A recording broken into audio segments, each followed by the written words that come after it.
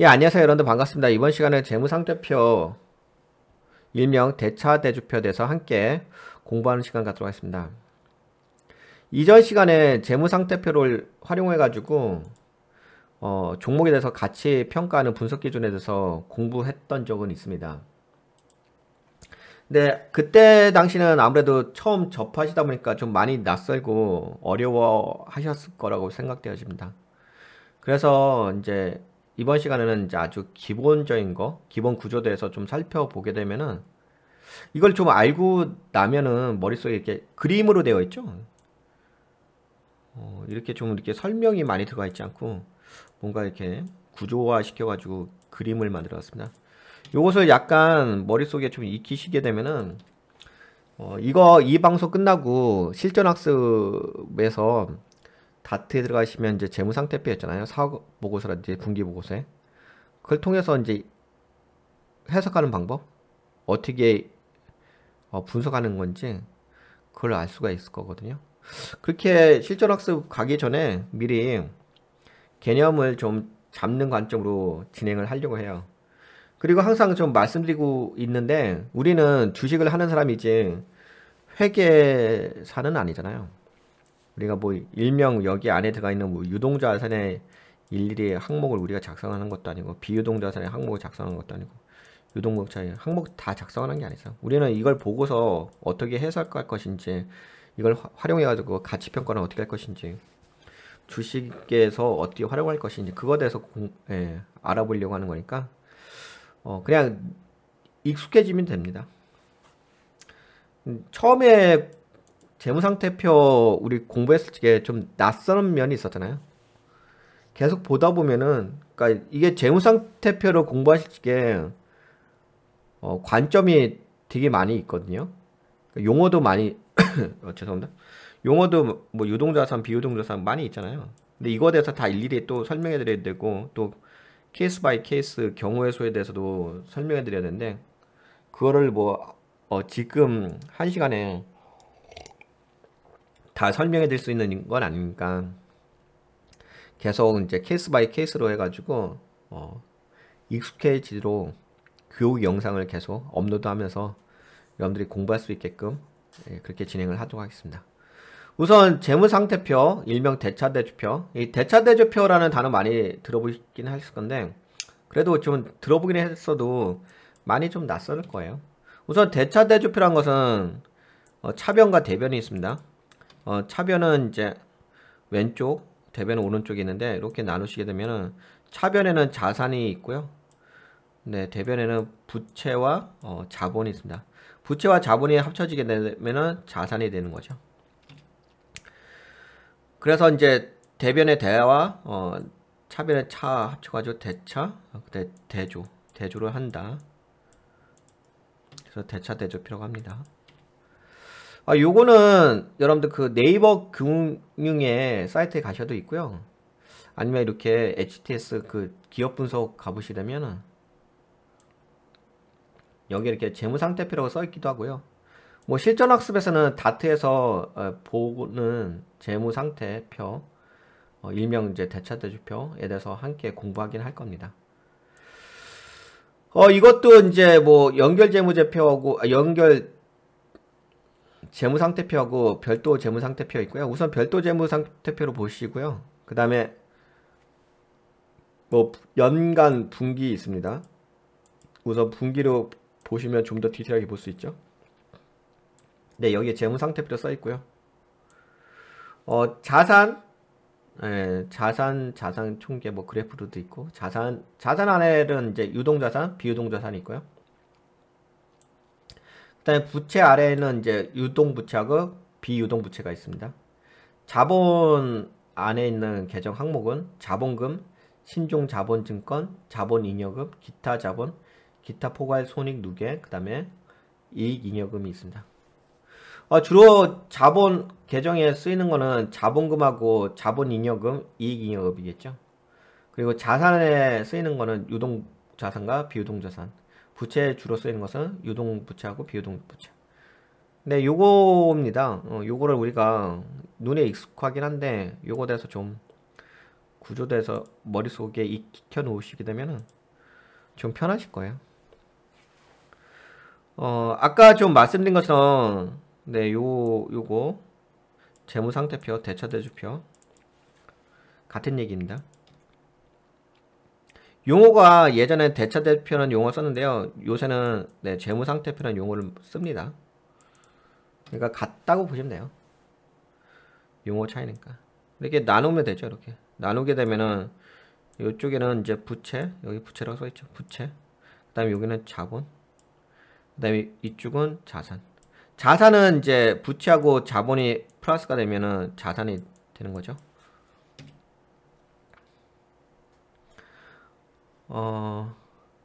부채는 뭐죠? 부채는 타인 자본이죠. 타인 자본.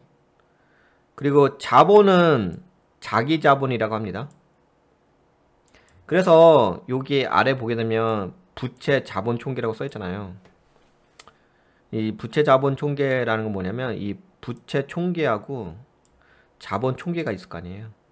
그거를 플러스 시켜 놓으면은 그게 부채 자본 총계라고 하는데 일명 자본 총계라고도 합니다.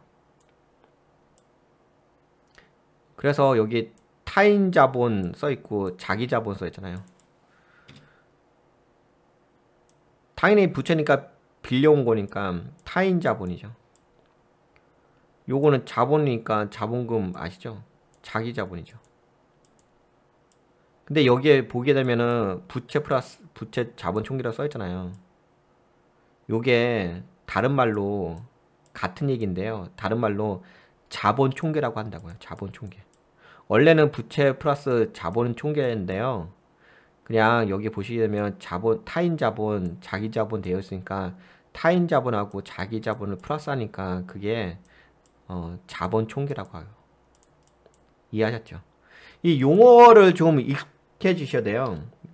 용어를 이제 익숙하지 않으시면은 여러분들 그 실전학습에서 그 해석하기가 좀 쉽지는 않아요. 약간 부담스러울 거예요. 낯설기 때문에. 그러니까 암기를 하라는 게 아니라요. 익숙해지라는 거죠. 이런 용어가 어떤 식으로 활용되는지만 아시면 되는 거거든요. 우리는 주식을 하는 거기 때문에. 이해하시면 돼요.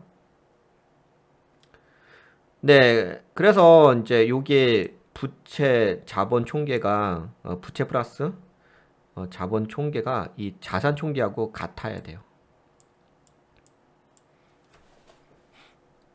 그렇죠? 같아야 됩니다. 이렇게 총계가 같아야죠. 대차대조표니까. 이제 나중에 이거 보실 거예요. 자산 총계. 여기도 이제 자산에도 유동자산이 있고 비유동자산 있죠. 그 유동자산과 비유동자산이 합치게 되면 자본 총계가 나오겠죠. 이거 아까 보셨잖아요. 유동자산, 비유동자산, 유동부채, 비유동부채, 자본. 다시 보여드릴까요? 여기 보시게 되면 이제 여기 있죠. 자산 있고요. 유동자산, 비유동자산, 부채, 유동부채, 비유동부채, 자본, 자본금, 자본잉여금, 네, 이익잉여금 있죠. 아니, 이걸 계속 보여드리는 게 익숙해지라고 보여드리는 거예요. 이걸 암기하라고 보여드리는 게 아니라 아니, 처음에는 낯설잖아요. 네, 익숙해지라고 보여드리는 거니까 익숙해지면 돼요. 근데 낯설어서 그런 거지. 자주 안 보시다 보니까 낯설어서 그런 거지. 그냥 계속 보시다 보면 익숙해져요. 네, 그래서 네, 요거 부채는 타인 자본이고요. 자본은 자기 자본입니다. 이 부분 여기는 뭐냐면은 이 부채와 자본 총계는 자금을 조달하는 원천이에요. 자금을 조달하는 원천. 당연히 타인 자본 갖고 와서 이제 타인 자본이 이제 이렇게 돈을 빌린 거죠. 자기 자본은 내 돈이죠, 내 돈. 이건 자금의 조달 원천이죠. 이 부분. 부채하고 자본은 자금의 조달 원천. 이 조달된 자금 있잖아요. 이 조달된 자금을 이제 이 자산에서 운용을 하는 거죠. 이 자산은 뭐냐? 자금의 운용 상태. 그러니까 부채하고 자본 있잖아요.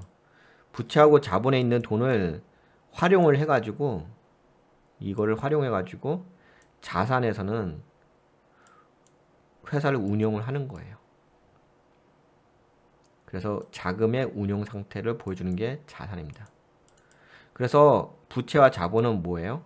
자금의 조달의 원천이에요. 약간 여기는 투자의 의미가 있어요. 투자의 의미가 있고 요거는 투자한 것을 활용을 하는 거예요. 운용을 하는 거예요. 여기는 투자금, 부채와 자본은 투자금의 의미가 있고요. 그 투자를 한 것을 갖고서 회사를 운영을 한 거겠죠. 이해가 되시죠? 네, 그렇게 이해하시면 됩니다. 자금의 조달 원천이 부채하고 자기자본. 그 다음에 그 자금을 운용하는 것을 자산입니다. 그러면 큰 그림은 다 이해를 하신 겁니다. 큰 그림은 다 이해를 하신 거고, 그 다음 이제 그러면 대변부터 볼까요? 부채. 부채에는 뭐뭐 있냐면은 아까 보셨잖아요. 유동부채하고 비유동부채가 있습니다. 유동, 그 반대로는 뭐 유동자산도 있고 비유동자산이잖아요. 유동이란 단어하고 비유동의 단어는, 유동이라는 단어는 좀 단기간을 얘기하는 거예요. 비유동은 장기간. 여기도 마찬가지죠. 유동자산은 단기자산, 비유동자산은 장기자산. 그러면 이제 단기와 장기의 차이는 뭐냐? 그 유동은 이제 단기자산이잖아. 단기는 뭐냐면 결산일로부터 1년 이내입니다. 1년 이내면은 1년 이내면은 유동부채. 비유동부채는 1년 이상. 1년 이상이면 비유동부채. 자산도 마찬가지죠. 1년 이내면은 유동자산. 비유동자산은 1년 이상. 1년 기준입니다. 결산일부터 1년 이내냐 이상이냐 그걸로 나눠지는 거예요. 그냥 기간으로 보시면 돼요. 그래서 이제 부채에는 유동부채하고 비유동부채가 있어요. 유동부채는 뭐죠? 1년 이내니까 단기간에 상환할 부채. 1년 이내에 상환할 부채. 비유동부채는 당연히 장기간이니까 1년 이상 장기간, 1년 이상 사용할 수 있는 부채. 뭐 10년 사용할 수도 있는 거고. 1년 기준이라고 보시면 돼요. 그래서 부채에는 유동부채하고 비유동부채가 있다. 그리고 이제 자본을 볼게요. 자본은 이제 부채는 상환을 해야 되는 거잖아요. 근데 자본은 상환할 필요가 없는 자본입니다. 자기 자본이죠. 내 돈인데 빌려온 거 아니잖아요. 이익을 낸 자본이기도 하고 내 돈이니까 누구한테 줄 필요 없죠. 상환할 필요가 없는 자기 자본, 내 돈입니다. 그래서 아까 전에 여기가 부채 플러스 자본이잖아요. 여기 보게 되면 부채 총계가 있고요. 여기 자본 총계가 있습니다. 그걸 합친 게 이제 부채 자본 총계라고 하는데, 또는 이제 총자본이라고도 합니다. 총자본, 그렇게 아니면 자본 총계라고도 하고요. 총자본, 자본 총계, 부채 자본 총계, 다 같은 얘기입니다. 약간 이런 거죠, 뭐. 재무상태표하고 대차대조표가 같은 단어거든요. 같은 용어인데 괜히 이게 또 약간 시대가 변함에 따라서 용어가 좀 달라진 것 뿐인 건데, 똑같은 건데 용어 때문에 그래요. 용어의 그러니까 이게 그 용어의 낯설음이 있어요. 그러니까 익숙해져야 돼요. 계속 들으시면서. 익숙해지면 별거 아니에요. 낯설어서인 거지. 네, 그러면은 여기까지 우리가 공부를 했고요. 이제는 자산 쪽으로 넘어갈게요. 네, 유동자산하고 비유동자산이 있습니다. 유동자산은 네, 뭐죠? 1년 이내 단기간에 현금화가 가능한 영업자산. 네. 단기간에 현금화 할 수 있는 거. 유동자산. 이거 매우 중요해요. 유동자산. 회사에는 유동자산이 많을 필요 있죠. 단기간에 현금이 가능하면 현금 융통성이 좋으니까. 특히 이제 현금화 시킬 필요가 언제가 필요하냐면은 이제 경제가 안 좋아질 때. 유동성 자금이 좋아져야 되니까. 경제가 안 좋아질 때 이제 유동성 자금이 충분히 확보가 되어 있느냐 아니냐. 하여튼 이제 단기간 현금화할 수 있는 영업자산이 뭐다? 유동자산. 비유동자산은 1년 이상이죠. 단기간은 아니고 설비 등 장기간에 걸쳐 사용되는 자산. 뭐 공장의 설비 기계들이잖아요. 예, 그거는 이제 장기간에 걸쳐 사용되는 자산은 이제 비유동자산. 유동자산과 비유동자산은 되었습니다. 네, 이렇게 되어 있고요.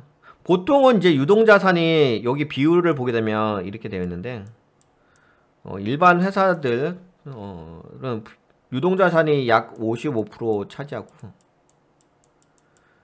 유동자산이 한 45% 정도 차지합니다.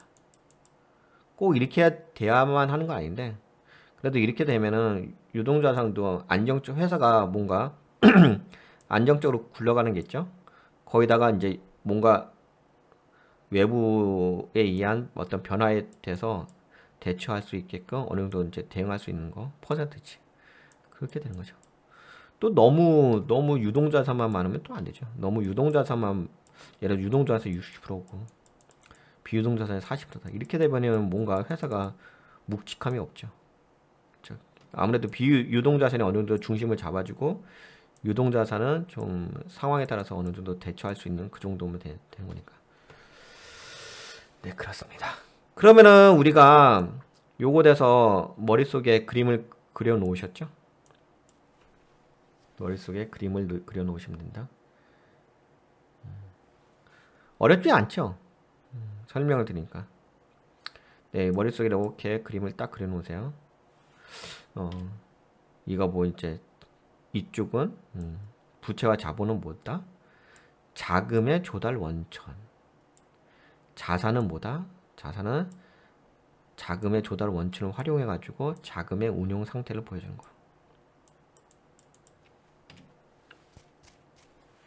그 재무 상태는 약간 어떤 시점에 어떤 특정 시점이죠. 시점에 잔액을 보여주는 거야. 잔액을 좀 보여주는 느낌이 있습니다. 그래서 기말이라는 단어를 좀 많이 써요. 기초보다는 여러분들 기초 기말 공부하셨죠? 저번 시간에 요 뭐 기말은 뭐고 기초라는 뭐고 이렇게 설명 안 드릴게요. 저번 시간 공부하셨습니까? 그래서 좀 기말이라는 단어가 많이 쓰입니다. 잔액을 표시하기 때문에 현재 자금 운용 상태의 잔액. 예, 그런 관점이 있습니다.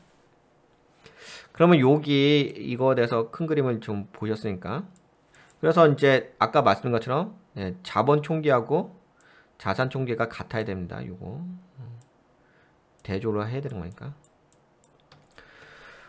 그러면 이제 우리 자산, 우리 뭐 배웠죠? 이거 그림 그랬을까? 자산에는 뭐가 있다고요? 유동자산과 여기 비유동자산, 유동자산과 비유동자산이 있습니다. 유동자산에는 뭐가 있냐? 당좌자산과 재고자산이 있습니다. 당좌자산은 말 그대로 당장에 쓸 수 있는 자산, 당장에 현금화할 수 있는 자산. 당자산 그렇게 보시면 돼요. 물론 이제 나중에 뭐 당좌 자산에 대해서 좀 더 깊게 설명해 드릴 거긴 한데 그냥 개념만 지금 가지시면 돼요. 그냥 여기 자산에는 이런 항목이 있다. 부채는 이런 항목이 있고 자본에는 이런 항목이 있다. 이 정도만 알고 계시면 되고요. 뭐 이거 디테일하게 들어가게 되면 더 많은 얘기를 해야 돼요. 근데 그거는 이제 나중에 케이스 바이 케이스로 진행을 할게요. 제가 여러분들한테 말씀드렸잖아요. 목적은 우리가 저기 회계사가 되려고 하는 게 아니라 주식을 하는 사람이 있기 때문에 용어에 대한 익숙함입니다. 그냥 용어를 제가 설명할 때 그냥 들으시면 되는 거예요. 그냥 이야기 듣듯이 들으시고 유동자산, 비유동자산 이런 단어를 그냥 들으시면 돼요. 계속 듣다 보면 익숙해져요. 그냥 익숙해지는 게 안 익숙해지는 그 차이입니다. 우리가 뭐 회계사 아니잖아요. 그냥 이야기 스토리텔링 듣듯이 동영화 구현 듣듯이 드라마 보듯이 그렇게 보시면 돼요. 드라마라 생각하시면 돼요. 네, 그래서 자산에 유동자산과 비유동자산이 있습니다. 당좌자산은 당장에, 그러니까 유동자산은 그거잖아요. 1년 이내에 현금화할 수 있는 자산이 유동자산이잖아요. 근데 그 중에서도 당좌자산은 이 1년 이내에 현금화할 수 있는 영업자산 중에서도요, 이 유동자산 중에서도요, 당좌자산하고 재고자산은 나뉜다는 거죠. 당연히 당좌자산은 당장에 현금화할 수 있는 자산이겠죠. 다만 이제 재고자산 있잖아요. 재고가 쌓인다 그런 얘기 있잖아요. 근데 재고자산도 유동자산으로 이렇게 포함을 시킵니다. 뭐 재고가 1년 안에 소진이 안 될 수도 있긴 한데 그냥 통상적으로 재고자산도 유동자산이라고 포함이 된다. 요게 볼까요? 결산일로부터 1년 이내 또는 이상 기준과 영업주기 기준이라는 게 있어요. 그러니까 1년 이상이냐 이하냐에 따라서 유동이란가 비유동으로 하잖아요.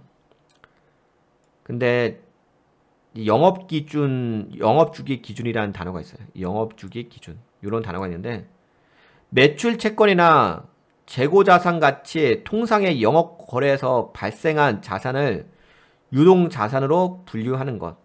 그러니까 매출 채권이나 재고자산 있잖아요. 근데 이런 것들이 반드시 1년 이내에 뭐 소진이 되고 정리가 되는 자산이 아닐 수도 있잖아요. 그럼에도 불구하고 영업거래에서 발생하는 이런 매출채권이라든지 재고자산을 통상적으로 그냥 유동자산으로 포함을 시켜요. 통상적으로 재고자산을 유동자산에 포함을 시킵니다. 그렇다고 비유동자산에 포함시킬 수 있는 건 아니잖아요. 그래서 통상적으로 영업거래에서 발생되는 매출채권이나 재고자산 같은 것은 유동자산에 포함을 시킵니다. 영업활동과 관련하여 발생하는 외상부채, 외상채권이나 어음 등은 입금과 지급기한이 1년이 넘는다 하더라도 유동자산 또는 유동부채로 구분을 해요. 그러니까 영업활동과 관련해서 발생되는 것들이 있잖아요. 영업주기 기준이라고 하는데 영업활동, 영업거래에서 발생하는 이제 자산과 부채는 유동자산, 유동부채라 그쪽으로 계정을 포함을 시킨다는 거죠. 1년 이상이 된다 하더라도 통상적으로 그렇게 하는 거예요. 통상적으로.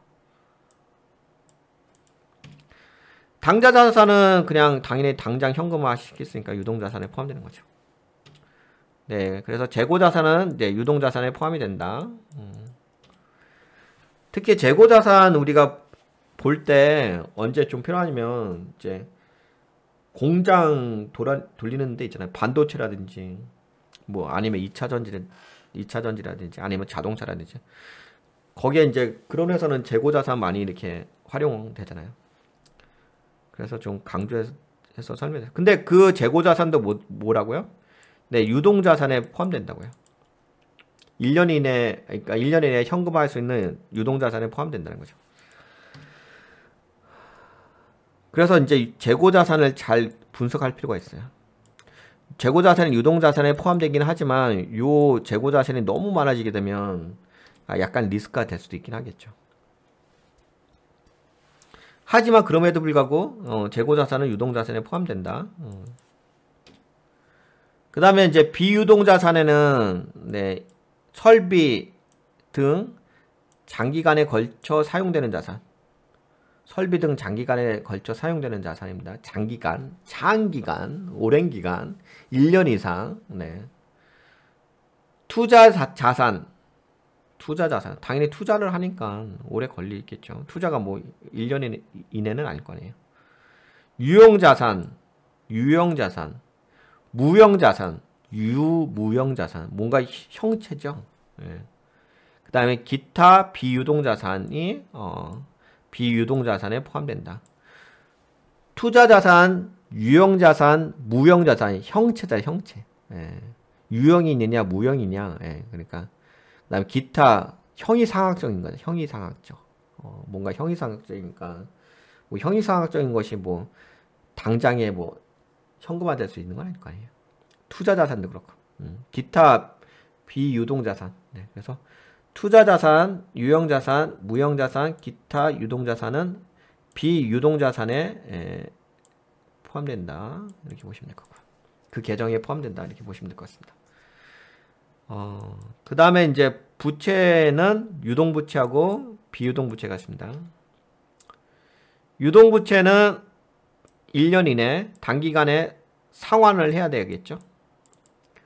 비유동부채는 1년 이상, 뭐 1년에서 10년 뭐 이렇게 오랜 기간 아무래도 좀 비유동부채가 많으면 많을수록 좋겠죠. 유동부채보다는.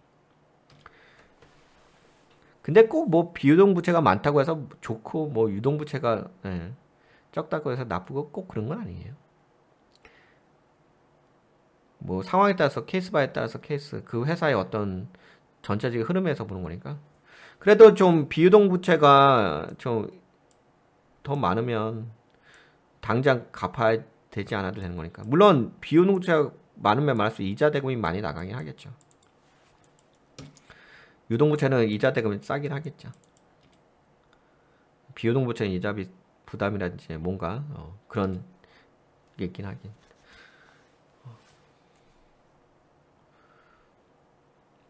네, 여기 보게 되면 외상 채권이나 어음 등은 입금과 지급기한이 1년이 넘는다 하더라도 네, 유동자산, 유동부채에 포함된다.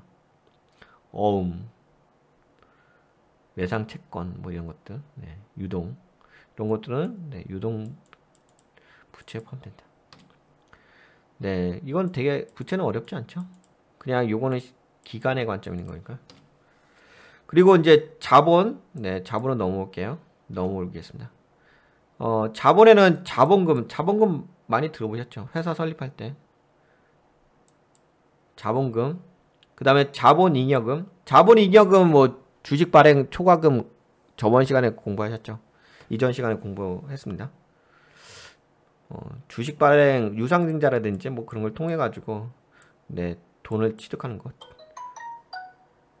주식을 통해 가지고 지분을 통해 가지고 지분 판매를 해 가지고 돈을 벌어들이는 네, 자본잉여금. 네, 뭐 자본조정금, 뭐 기타 포괄 손익 누계액이 있습니다. 요거는 뭐 나중에 디테일하게 좀 설명드리고 이익잉여금은 회사가 잘 운영을 해가지고 경영을 잘해서 돈을 벌어들인 거, 수익을 낸 거, 그게 이익잉여금이죠. 이익잉여금에는 뭐 이익준비금, 법정적립금, 임의적립금, 미처분 이익잉여금. 뭐 이런 이제 세부적인 것은 네, 따로 잉여금 공부할 적에 이익잉여금 공부 따로 할 때 그때 더 자세하게 설명해 드릴게요. 이제 우리가 자본에서는 네, 자본금하고 자본잉여금, 이익잉여금 요 계정을 많이 좀 활용한다. 회사 분석할 때. 여기까지 이제 설명을 드렸는데요. 같이 재무상태표, 일명 대차대조표, 기본 구조에 대해서 설명드렸습니다. 이런 그림과 이런 원리와 이런 용어들 그냥 익숙해지면 돼요. 익숙해지시면은 실전학습에서 우리가 다트에 있는 거, 재무상태표 보고서 어떻게 이해하실 것인지 충분히 활용할 수 있을 겁니다. 좀 시간이 걸렸죠? 30분이나 걸렸네요. 제가 이게 30분이 좀 걸린다 하더라도, 시간이 뭐 1시간이 된다 하더라도 전 천천히 설명을 좀 드렸어요. 왜냐면 이게 좀 빨리 설명을 드린다고 해가지고 뭐 바로 이제 듣는 분이 본인의 것이 되는 건 아니거든요. 좀 설명을 천천히 드린다 하더라도 이해를 하시는 게 중요해요. 이해. 암기하는 게 중요한 건 아니고요. 그냥 이해하는 게 중요한 거고. 그리고 계속 제가 이 단어를 계속 쓰면은 익숙해져요. 그러니까 이해하는 게 중요한 거고 익숙해지는 게 중요한 겁니다. 왜? 우리는 회계사가 아닙니다.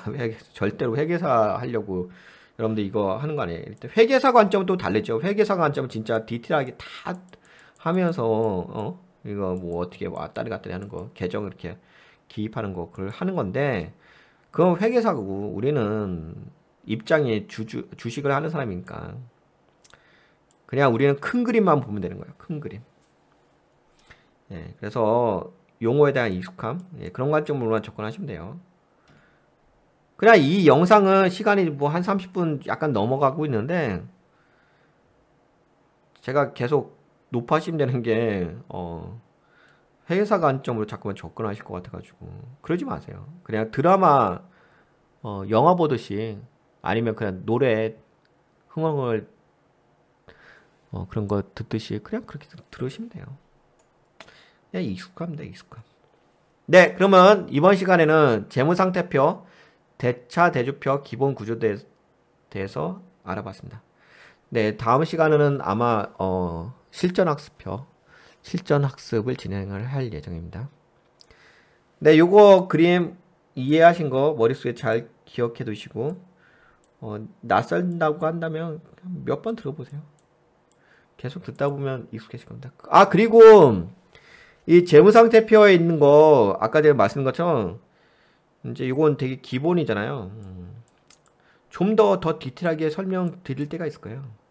근데 제가 지금은 좀 더 디테일하게 설명 안 드린 이유가 왜 그러면, 이거 재무상태표 이거 제대로 공부하려고 한다면은 거의 뭐 진짜 엄청난 시간이 많이 걸릴 겁니다. 최소 못해도 영상만 한 50개는 찍어야 될 거예요. 지금 한 편을 찍은 거잖아. 한 편은 한 30분 하는 거죠. 한 50편? 아니 100편? 네, 그렇게 찍어야 돼요. 네.